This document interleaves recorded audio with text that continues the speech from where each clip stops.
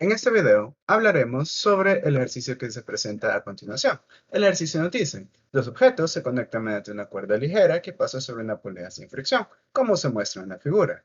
Dibuje diagramas de cuerpo libre de ambos objetos si se supone que el plano no tiene fricción y sabiendo que las masas son m1, m2 y el ángulo son respectivamente tanto, cuáles son las aceleraciones de los objetos, la tensión de la cuerda y la rapidez de cada objeto 2 segundos después de que se liberan desde el reposo. Así que las preguntas que se nos hacen son tres concretamente. Lo primero que se nos pregunta es cuál es la aceleración del sistema. Ahora, dicen las aceleraciones, pero hay que recordar, los elementos están unidos por una cuerda, así que uno no puede ir más rápido que el otro. Si uno acelera un ritmo, el otro tiene que acelerar al mismo ritmo, porque si no, la cuerda se rompería o no estaría tensa en cualquiera de los dos casos. La segunda de las preguntas que se nos hace es cuál es la tensión del sistema y, o más específicamente de la cuerda. Y la última, la que se nos hace es cuál sería la velocidad, en ese caso velocidad final, si se considera que el tiempo que transcurre es de 2 segundos. Así que lo que debemos hacer primero, como todo ejercicio de fuerza, es plantear un diagrama de cuerpo libre. En este caso tenemos dos partículas de interés, la masa 1 y la masa 2. Así que vamos a hacer un diagrama de cuerpo libre para cada una de ellas. Para la masa 1, vamos a plantear el diagrama de cuerpo libre que nos va a quedar de esta manera. Vamos a tener una fuerza para acá, que sería la fuerza de tensión, y tendríamos una fuerza para abajo, que sería la fuerza del peso de esa masa. Para la masa 2, tenemos algo similar. Tendríamos la partícula y las fuerzas que lo están afectando son la tensión, solo que en esta ocasión la tensión iría en la dirección de la cuerda, es decir, acostada en la misma inclinación que el plano que se maneja. Luego tendríamos la fuerza del peso. El peso iría recto hacia abajo. Recuérdense que no importa la posición de la partícula, referencia a cualquier punto, el peso siempre la jala recto hacia abajo. Así que eso no va a cambiar, aunque la partícula esté inclinada. Por ende, el peso sería de esta manera. Y la última que nos queda es la fuerza normal. Ahora, dijimos en clase que la fuerza normal es la fuerza de reacción de una superficie a una fuerza que ella percibe. Naturalmente, la fuerza que esta superficie está percibiendo es la fuerza del peso. Sin embargo, ella no está sintiendo el efecto completo de esa fuerza del peso. ¿Por qué? El sistema se está apoyado de tal manera de que solo una de las componentes del peso, si lo viéramos como un plano inclinado, es decir, que el plano de referencia fuera algo en estas líneas, solo una de las dos componentes que tiene el peso está generando efectos sobre el plano. La otra simplemente está generando movimiento en un plano libre o un eje libre. Por ende, nosotros podemos decir que la superficie solo va a reaccionar a una de las dos componentes. La otra cuestión que hay que tener en cuenta es que la fuerza normal siempre es perpendicular a la superficie que lo genera. Así que si esta es la superficie que lo estamos hablando, la fuerza normal tendría que quedar en este eje de acá, ya sea para acá o ya sea para acá. Como la fuerza del peso se le está aplicando en esta dirección, la normal debería ir en respuesta a ella, es decir, de esta manera. Así que nuestra fuerza normal nos quedaría de esta forma. Esta siendo normal y esta siendo tensión, esto siendo peso 2. Recuérdense que como estamos hablando de una cuerda, la tensión que se tenga acá es exactamente la misma tensión que se tiene acá. Porque no nos dicen nada particularmente relevante respecto a la cuerda o la polea sobre la cual ella se desplaza. Así que vamos a analizar este sistema. Sin embargo, quiero detenerme específicamente en esta partícula, porque eso que mencioné previamente del análisis de los ejes es algo que es bastante relevante cuando el problema involucra a un sistema que tiene un plano inclinado. ¿Cómo va a funcionar? La idea va a ser que si nosotros tenemos un plano inclinado, nosotros vamos a tomar otros ejes de referencia. Nosotros comúnmente tomamos estos ejes de referencia. A este yo le llamo generalmente Y. Y a este yo le llamo generalmente X. Es como nos enseñaron en matemática y tiene sentido para lo que queremos hacer. Sin embargo, para los propósitos de este ejercicio, X y Y me sale bien práctico porque yo tendría que trabajar con componentes para ambos lados y trabajarlo en forma de vector, etc. Así que lo que voy a hacer es tomar otro eje de referencia. Yo voy a tomar un eje que esté inclinado exactamente a la misma inclinación del plano. y yo voy a tener un eje X y un eje Y distintos de los ejes que yo normalmente manejo. Ahora, como estos ejes son distintos, es buena práctica nombrarlos de otra manera para diferenciarlos de los ejes tradicionales que nosotros manejamos. Así que yo le puedo llamar arbitrariamente X' y Y', haciendo referencia a que estos ejes que yo voy a manejar, es decir, este que está acá y este que está acá, son dos ejes completamente distintos de los ejes que yo comúnmente asocio con esas direcciones. Así que voy a tener este elemento. Ahora, si eso es cierto, vamos a tener que tener en cuenta cómo va a funcionar la mecánica de las fuerzas, específicamente de una en particular, y esa es la del peso. Como les mencioné, el peso va a ser siempre recto hacia abajo, de esta manera.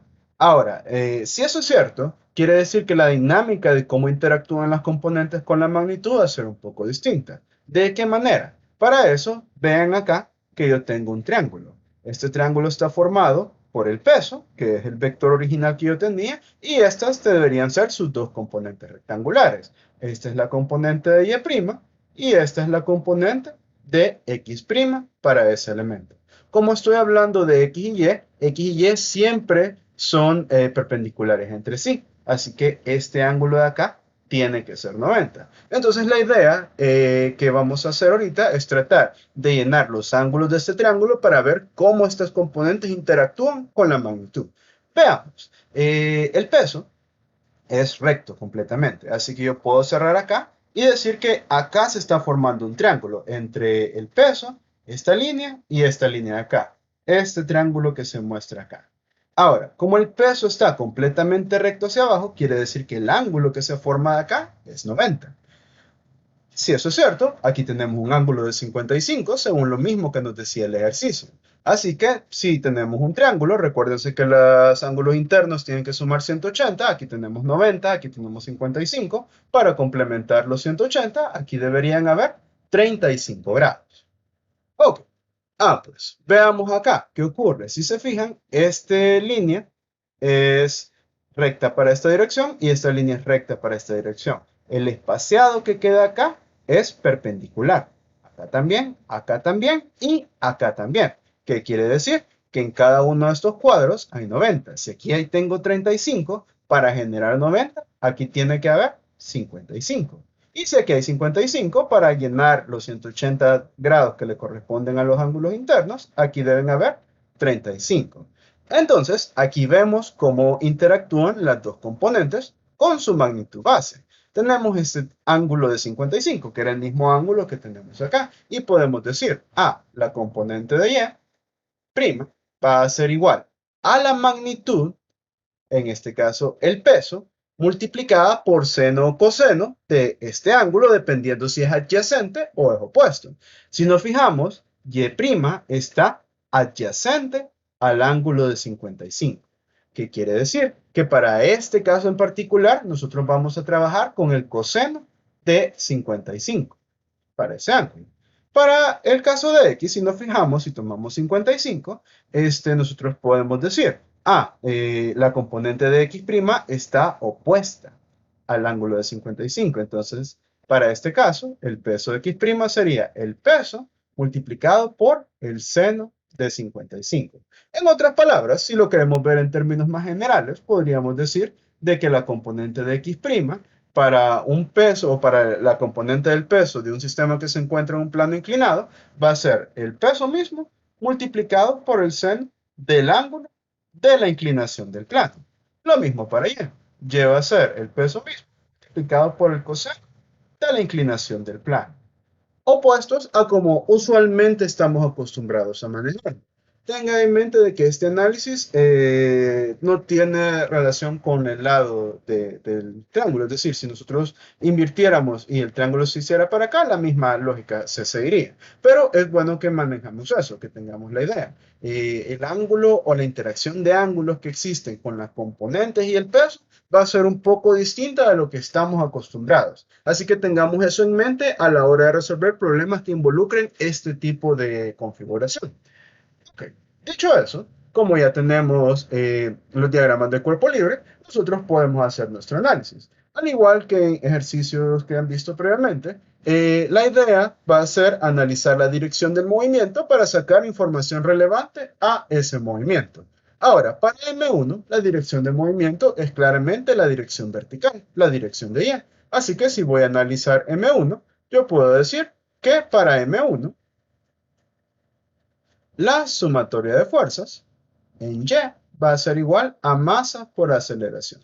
Como les recalco, la dirección del movimiento es Y, la dirección de X no parece tener nada que pueda generar movimiento, así que seguramente no vamos a obtener nada relevante de analizar. Así que nos vamos a centrar estrictamente en Y, la sumatoria de fuerzas en Y. Al igual que en otros casos, es importante que nosotros veamos cuál es la dirección estimada del movimiento. Vemos que M2 es más grande que M1, así que es fácil asumir que M2 va a jalar acá, se va a mover en esta dirección y M1 va a subir.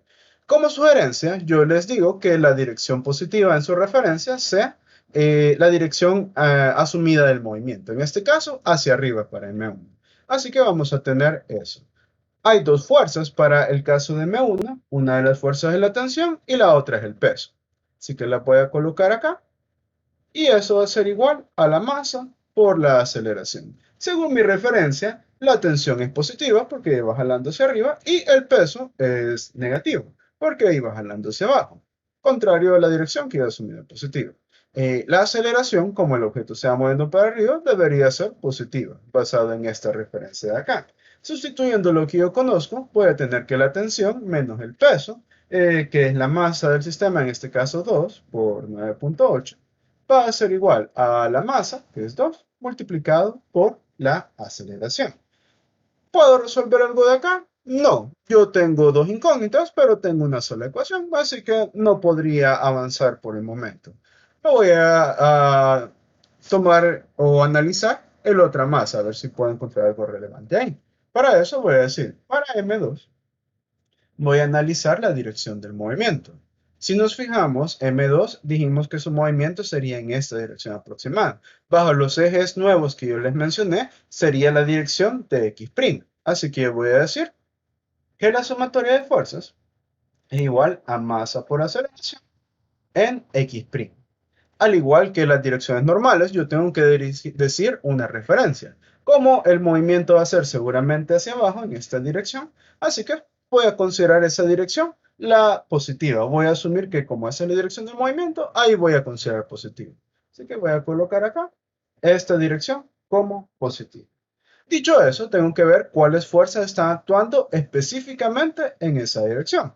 Si lo vemos en el diagrama de cuerpo libre, las fuerzas que tienen presencia en esta dirección son la tensión y una de las dos componentes del peso. Como lo veíamos acá, una de las componentes del peso queda completamente perpendicular al plano, pero la otra queda paralela a él. Así que esta que está paralela va a tener un efecto en el movimiento en esa dirección.